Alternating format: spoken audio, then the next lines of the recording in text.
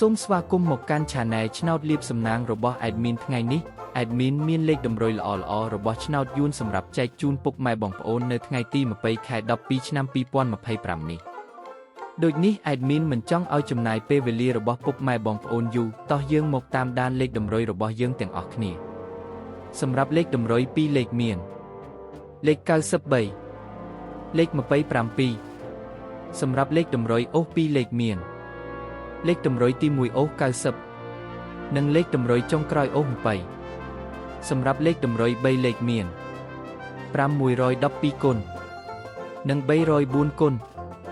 សម្រាប់លេខតម្រុយថ្ងៃនេះ Admin សូមជូនពរឲ្យពុកម៉ែបងប្អូនជួបតែសំណាងល្អទាំងអស់គ្នាហេងមានលាភមានជ័យ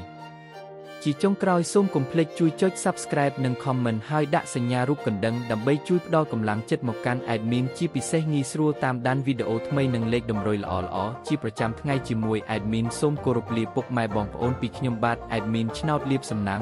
ល្អទាំងអស់គ្នាសូមអរគុណ